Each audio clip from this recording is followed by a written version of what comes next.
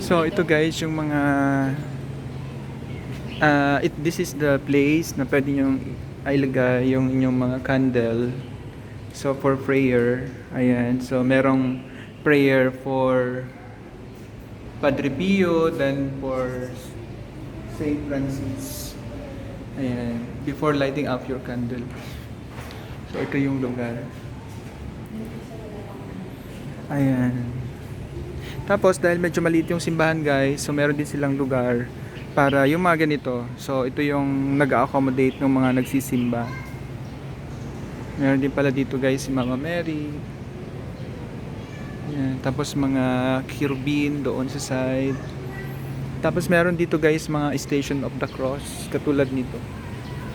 So nakapalibot siya guys sa simbahan. So this is the 13th station. Pero yung klase ng Station of the Cross niya ganito. Ayan. Tapos meron yun si Miming ang cute. Hi Ming! Hi Ming! Ang gandang lang ng lugar guys, talagang makakaramdam ka dito ng calmness. Ayan. So kung naghahanap kayo ng simbahan na ayun, makakapag-contemplate talaga kayo.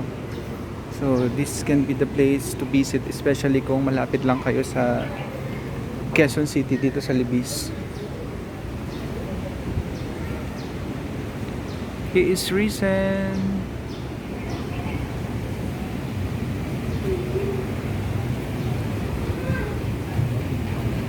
Ito pa, candle, yung lighten up your candle.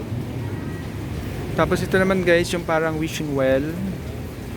So, pwede kayong magtapon dito ng mga bariya. Ayan ang dami mga coins. Naalala mo dito sa left. So, pwede kayong mag dito. Magtapon ng coins. If you have some wishes. Ayan, may bariya ka ba? May tapon ka. Para ma-answer ang prayer mo. Ayan, tapos may mga ganito pa guys, yung mga sinabi ko sa inyo mga bahay-bahay, ganyan siya. So yan yung mga para ma-accommodate yung mga nagsisimba. So may ilang ganyan. Tapos sa paligid nito guys, actually nitong Padre Pio Shrine, ayan, yan mga nagtataas ang building na.